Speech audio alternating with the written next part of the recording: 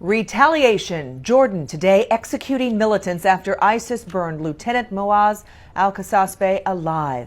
A key U.S. ally vowing now to get more involved in the fight against ISIS. Hello, everyone. I'm Michelle Franzen in New York. The swift reaction by Jordan comes as outrage spreads in the region against ISIS. ABC's Karen Travers is in Washington and on the latest with the video and the execution and the response worldwide. Karen? Good afternoon, Michelle. This is the biggest story in Jordan right now. The photo of that murdered pilot is everywhere. And yesterday, Jordan's King Abdullah gave a televised address, actually from Washington, and urged his nation to stand strong in the face of this ISIS threat. But today, there is sadness and mounting anger. Jordan wasted no time. Before dawn, 2 al-Qaeda terrorists on death row there hanged. Their bodies removed from the prison this morning.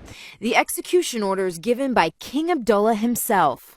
One of the prisoners was the female failed suicide bomber, Sajida al-Rishawi, sentenced to death 9 years ago for her involvement in a hotel attack that killed some 60 Jordanians. Last week, ISIS tried to get al-Rishawi released in a prisoner exchange. Jordan is in mourning today, still in shock over the horrific killing of Moaz al-Qasasbeh, whose warplane crashed over Syria in December. In an undated video, the Jordanian pilot was seen in a cage and then burned alive by ISIS as a group of fighters stood watch over the scene.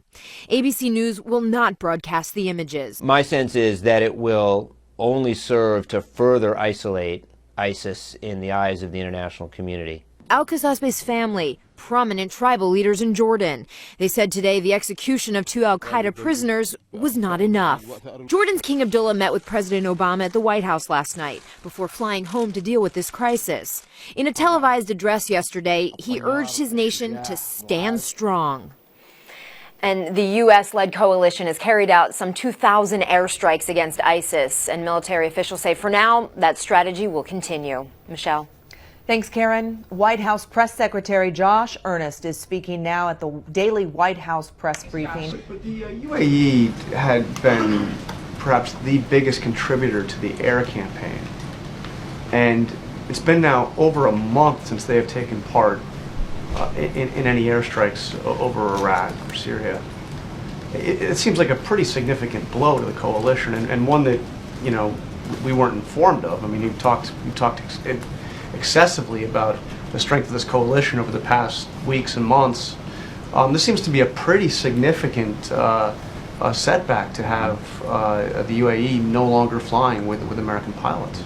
Well, we certainly have appreciated the wide range of commitments that the United Arab Emirates has made to this broader international coalition, including their military commitments. But, you know, John, I can tell you that the pace of operations in Syria has not slowed. That there more than, you know, to date, more than 1,000 strikes over Syria have been carried out, and these have targeted a wide range of things, everything from ISIL fighters themselves to their commanders, hundreds of vehicles and tanks, nearly 260 oil and gas facilities.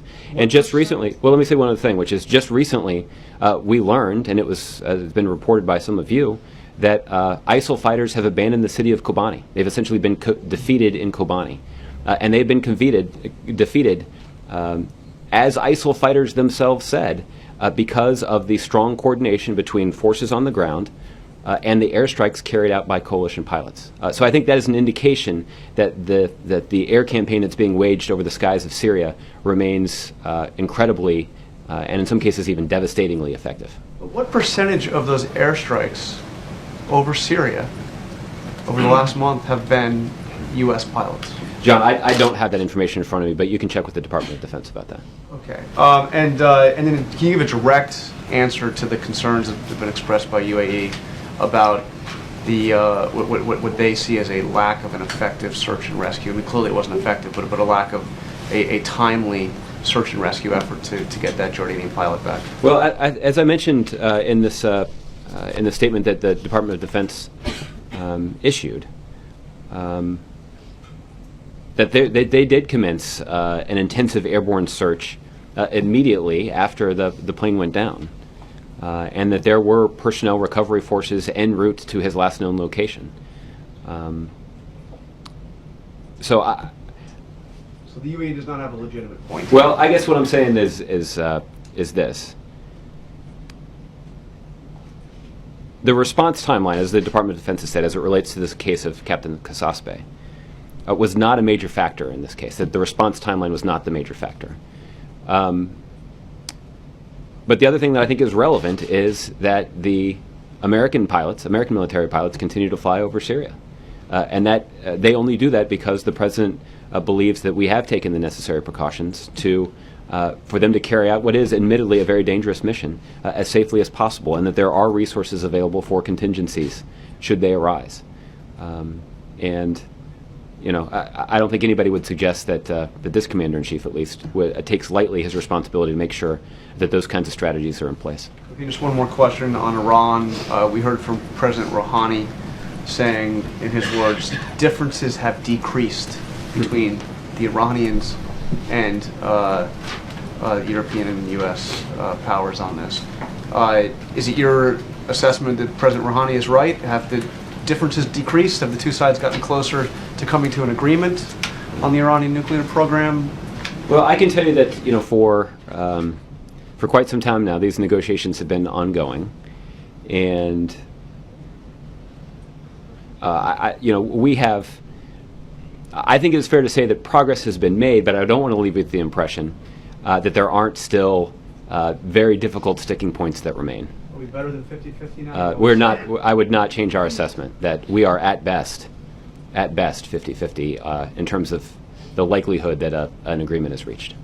Okay, Michelle. Okay, talking about the UAE, you've mentioned Josh Earnest there at the White House fielding questions on Iran and, of course, about the latest developments in that brutal killing of the Jordanian pilot. You can keep up with this story in real time by downloading the ABC News app and starring this story for exclusive updates on the go. For now, I'm Michelle Franzen in New York.